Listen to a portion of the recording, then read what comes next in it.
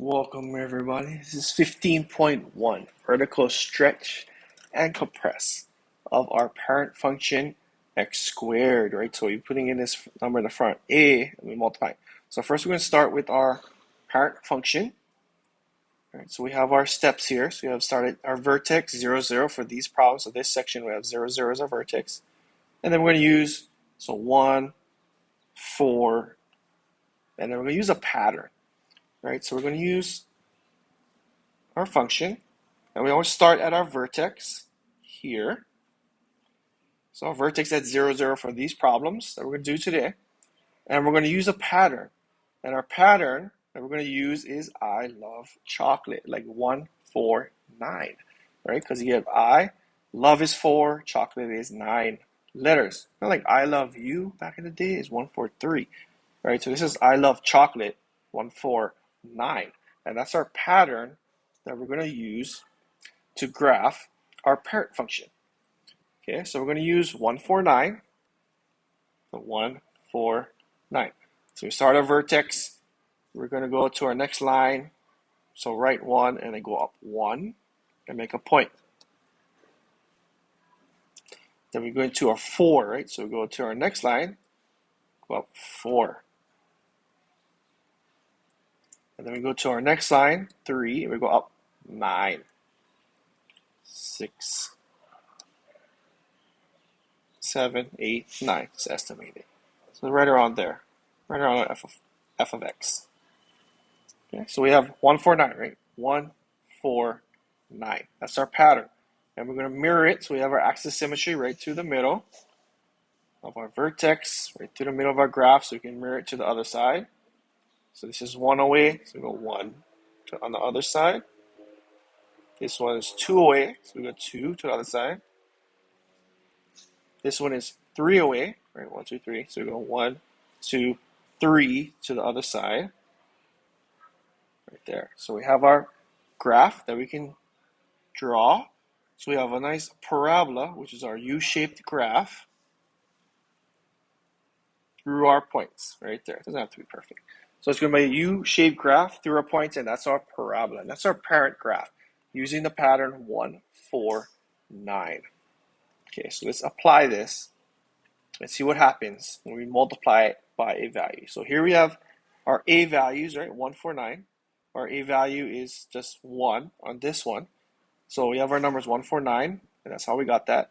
How we got these numbers, another way to remember it, besides 1, 4, 9, I love chocolate, is squaring. Like 1 squared is 1, 2 squared is 4, 3 squared is 9. So the next one should be 4, and then 4 squared. Next one should be 16, right? We'll keep squaring. So that's another way to remember it. 1, 4, 9 is I love chocolate. Okay, so let's look at when a is equal to 2. So we have a number in front, 2, right? This number 2. So we're multiplying all our numbers, so 1, 4, 9. We're going to multiply all these numbers by that a value, which is 2. Times 2 times 2. So this one's 2, this one's 8, this one's 18. So that's how we got 2, 8, 18, right? Taking our 1, 4, 9, multiplying it by 2. So you can see all our numbers doubled. Right? So times 2 is double. So it got larger by a factor of 2. You go to the next one, a equals 5. So again, we start with 1, 4, 9. And then we're going to multiply all those numbers by 5. Because that's our a value. So we have 5, 20, 9 times 5, 45. Right? So we have 5, 20, 45. And that's how we got those numbers. So you notice if we multiply by 5, everything got 5 times as larger, as large. So we got 5 times larger. So it grew by a multiple of 5, right? By a factor of 5. Okay, if we multiply by 1/2, is it going to get larger or smaller? Right? If we multiply, again, 1, 4, 9, if we multiply all of those by 1/2, will it get larger or smaller? Right? It should get smaller, right? Because we're multiplying by a half. Half of something makes it smaller. Right? So 1 times 1/2 is just 1/2. 4 times 1/2 is 4 over 2, which is 2.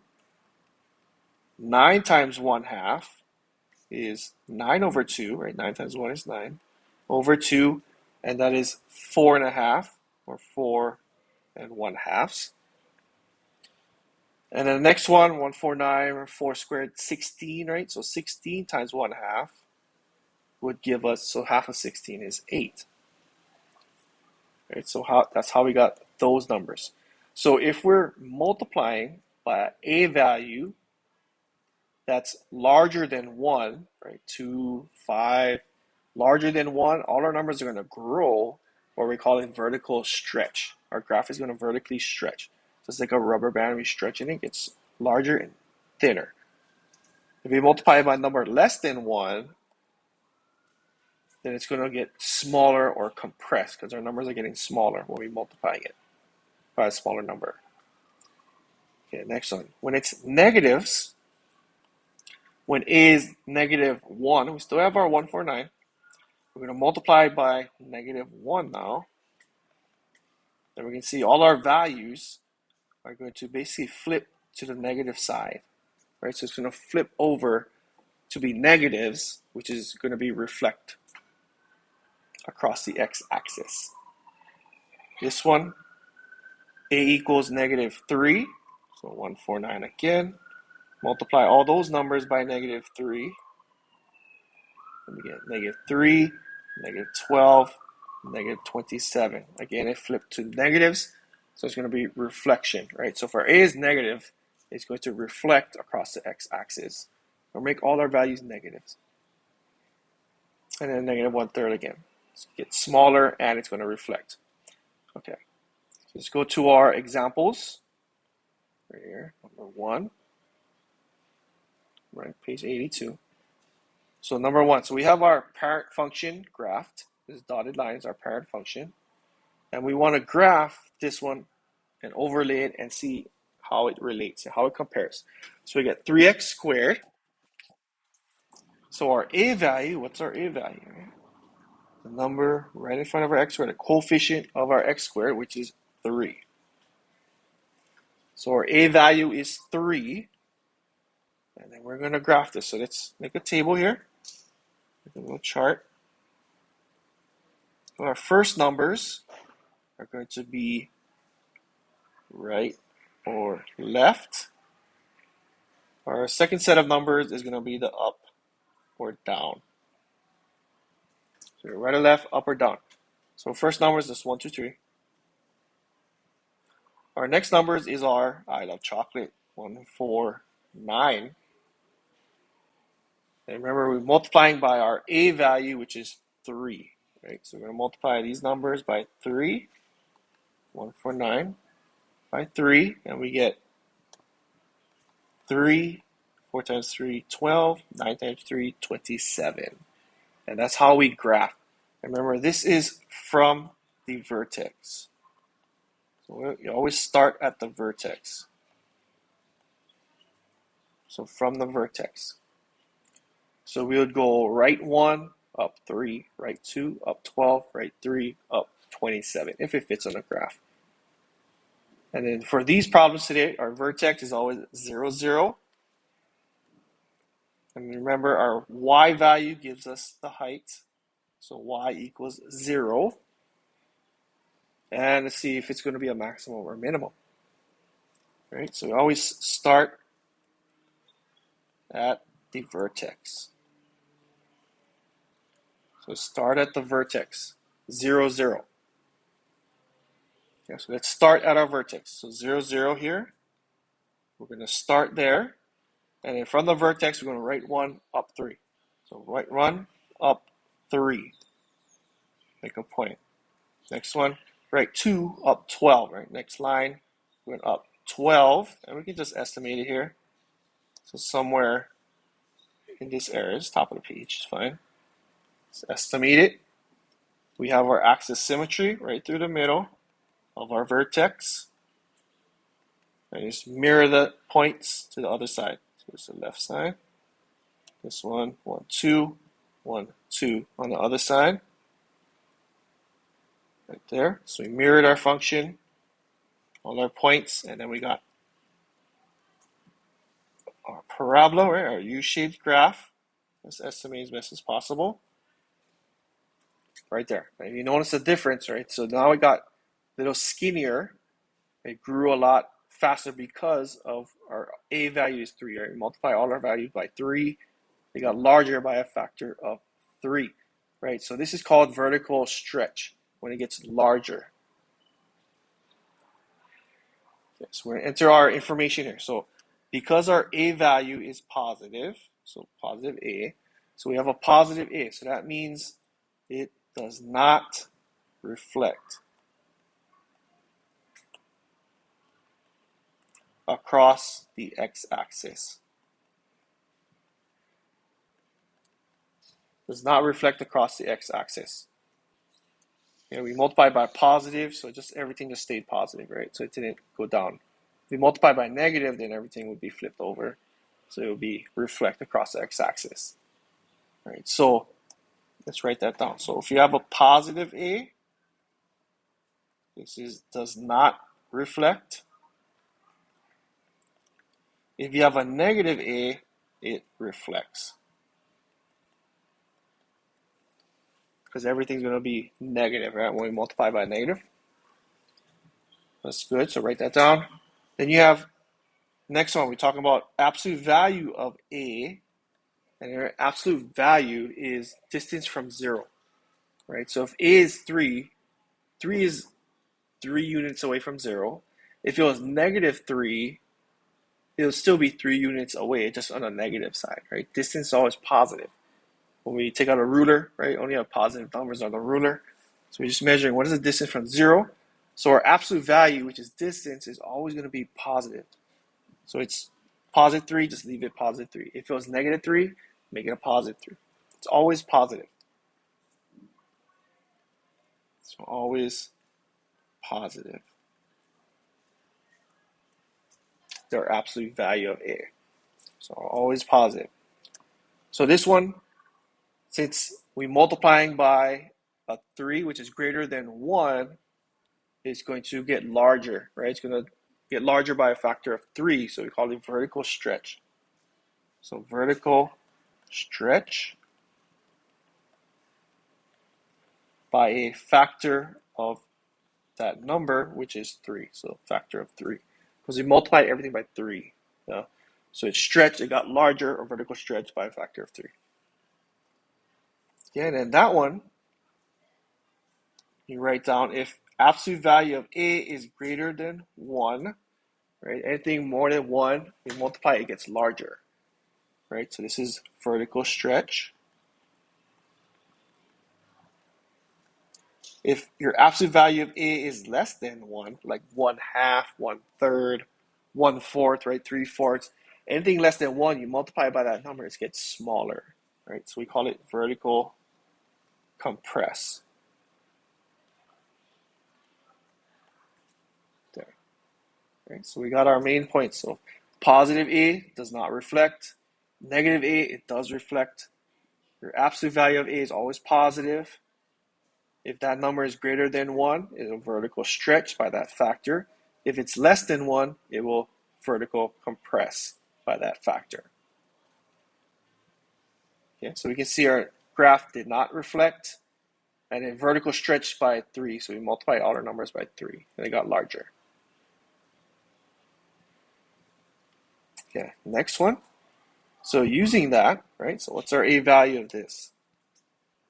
Our coefficient of x squared, right, the number right in front of x squared. So negative 4 is our A value.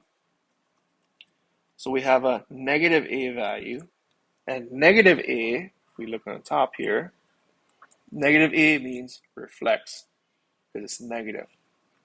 Or we multiply everything by negative, it's going to flip over. So this one we put reflects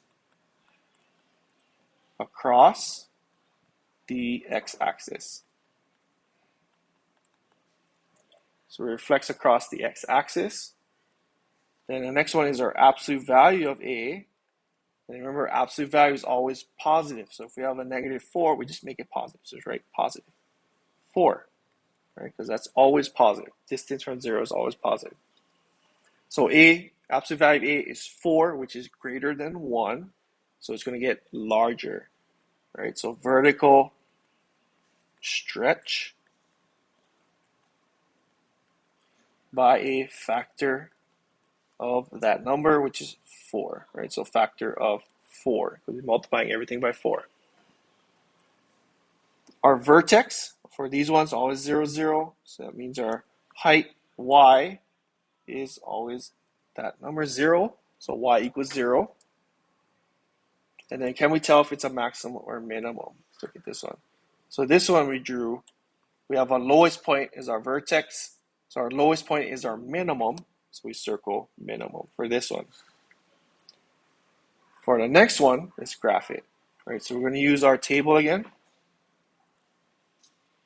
We 1, 2, 3, and we use 149. Right? I love chocolate. And since our A is negative 4, we're going to multiply everything by negative 4. So we get negative 4, negative 16, and negative 36. So we start at our vertex. This one's a 0, 0. We're going to go right 1, down 4. So right 1, down 4, because it's negative 4. And then we go right 2, down 16, but that's way down there. That's in our next graph, so we don't have to do that. So as long as it's reasonable, they're on our graph or a little bit off our graph, that's fine. Other ones we don't have to graph that far. So our axis symmetry right through the middle, and we mirror it to the other side. And then we draw a graph. So we have a nice parabola. And this one's facing down, so it reflects across the x-axis down. That's how we got, so it reflects across the x-axis because everything turned negative. A vertical stretch by a factor of 4 because we multiplied everything by 4. Got 4, larger by 4. And you can tell vertex is the highest point, right, top of the mountain. So it's maximum value.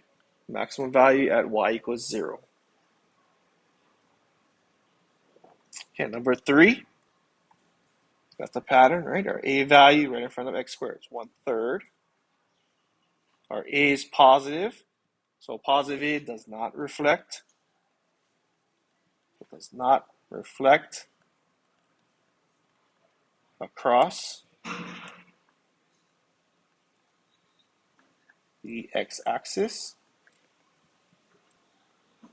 And our absolute value of a is always positive, so it's already positive, so just leave it positive. And 1/3 is less than 1, right? So it's going to get smaller. So all our numbers are going to get smaller. So we're going to vertical compress because it gets smaller. So vertical compress by a factor of that number, which is 1/3. So vertical compress by a factor of 1/3. Our vertex for these ones is 0, 0.